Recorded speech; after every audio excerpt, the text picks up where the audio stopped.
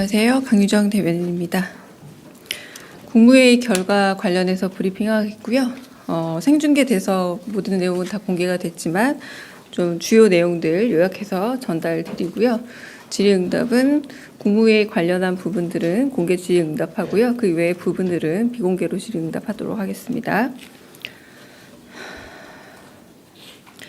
강유정 대변인입니다. 제49회 국무회의 관련해서 결과 브리핑하겠습니다. 이재명 대통령은 오늘 오전 제49차 국무회의를 주재했습니다. 오늘 회의에서는 2026년 경제성장 전략 주요 골자에 대한 현안 토의와 함께 4건의 부처 보고가 진행됐고, 이어 대통령령안 7건, 일반안건 7건, 보고안건 1건이 심의 의결됐습니다.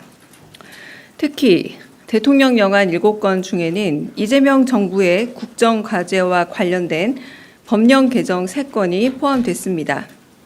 재생에너지 중심 대전환 구축과 관련된 신재생에너지법 시행령, 아동, 청소년의 건강한 성장 및 다양한 가족 지원을 위한 학교 밖 청소년법 시행령, 정비사업 공공성 강화를 위한 도시정비법 시행령이 통과됐습니다. 또한 기후에너지 환경부가 보고한 2035 국가 온실가스 감축 목표안 NDC도 2018년 대비 최소 53%에서 최대 61%로 확정됐습니다.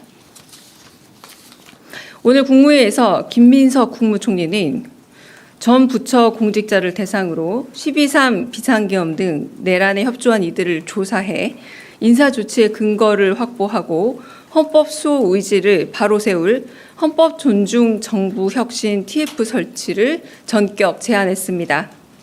이에 이 대통령은 내란 책임은 관여 정도에 따라서 형사 처벌과 행정 책임 혹은 인사 조치를 해야 할 사안이 있다면서 특검에 의존할 게 아니라 독자적으로 해야 할 일이라고 크게 공감했습니다.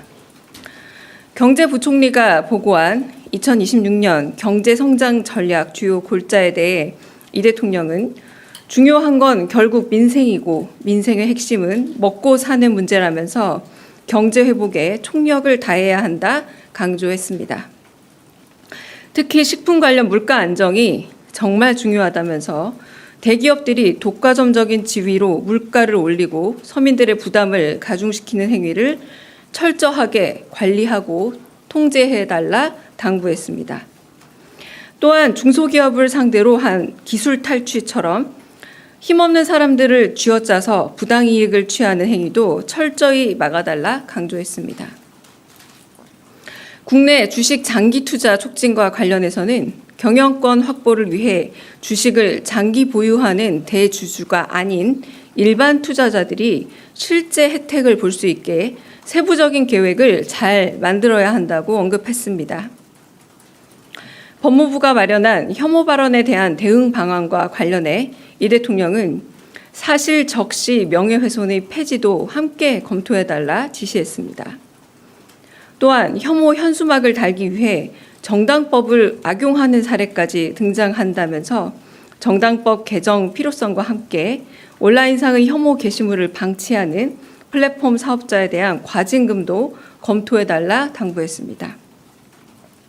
문체부가 마련한 공연 스포츠 분야 안표 근절 방안에 대해서는 형사 처벌을 없애고 과징금 액수를 키우는 게 더 효과적이라면서 신고 포상금 제도 도입도 고려할 것을 지시했습니다. 오늘은 특별히 대통령의 모두 발언과 현안 토의, 부처 보고 외에도 일반 안건과 보고 안건을 심의 의결하는 전 과정이 생중계됐습니다. 대한민국 정부 사상 최초로 국무회의의 거의 모든 과정이 공개된 것입니다. 이는 국가의 주요 의사결정 항목과 과정을 국민께 투명하게 공개하고 국무위원들의 책임성을 높이겠다는 이재명 대통령과 국민주권 정부의 철학을 보여주는 조치 중 하나입니다. 이상입니다. 네, 먼저 국무회의 관련된 질의 먼저 받겠습니다.